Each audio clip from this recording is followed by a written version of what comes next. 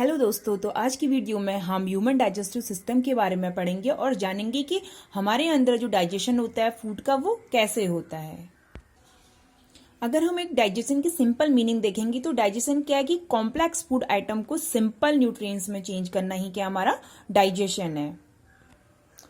Okay, so when we eat food, we gets broken down into smaller and soluble substance during digestion. Okay, the digest food is absorbed and utilized by our body. जो digest food होता है वो हमारी body द्वारा क्या कर लिया जाता है, absorb कर लिया जाता है और utilize कर लिया जाता है. And the undigested and absorbed proteins of food removed from our body in form of waste material is called faces. Okay, तो हमारा जो डाइजेशन स्टार्ट हो जाता है हमारा माउथ पे स्टार्ट हो जाता है और एनएस पे जाके क्या हो जाता है, खत्म हो जाता है. जो क्या कहते हैं अच्छी चीजें होती है, मतलब जो डाइजेस्ट फूड होता है वो हमारी बॉडी द्वारा एब्जॉर्ब कर लिया जाता है और जो अनडाइजेस्टेड और अनअब्जॉर्ब फूड होता है वो एनएस के द्वारा क्या हो जाता है, हमारी बॉडी से बाहर निकाल दिया जाता है.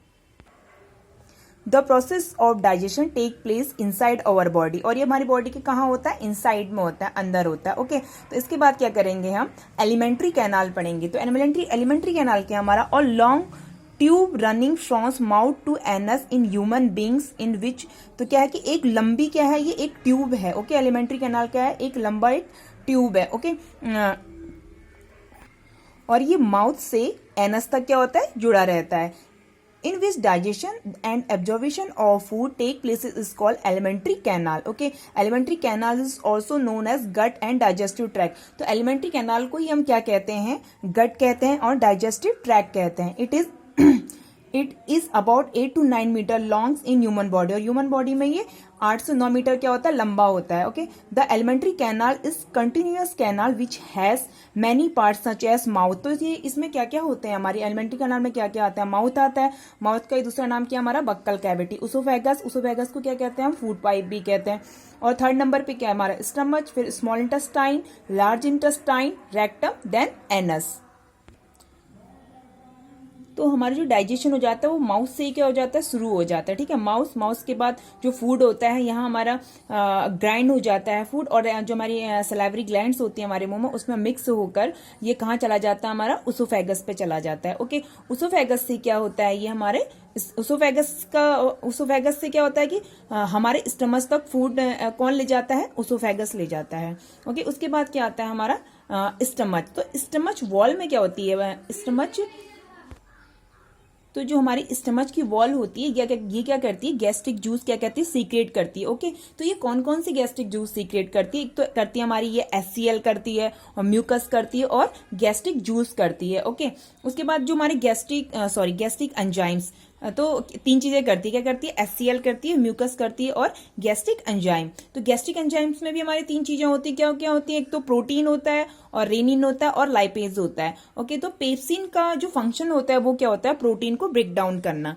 ओके, और रेनिन का फंक्शन भी यही होता है कि प्रोटीन को ब्रेक डाउन करना. बट दोनों में क्या फर्क होता है, जो पेप्सिन होता है वो तो एडल्ट में काम करता है, और जो रेनिन होता है वो चाइल्ड में काम करता है. और लाइपेज क्या है, लाइपेज का जो फंक्शन है वो फैट का ब्रेक डाउन करना. तो ये सारी प्रोसेस कहाँ होती है, हमारी स्टमच में, क्योंकि स्टमच क्या करता है, एक गैस्ट्रिक जूस सीक्रेट करता है.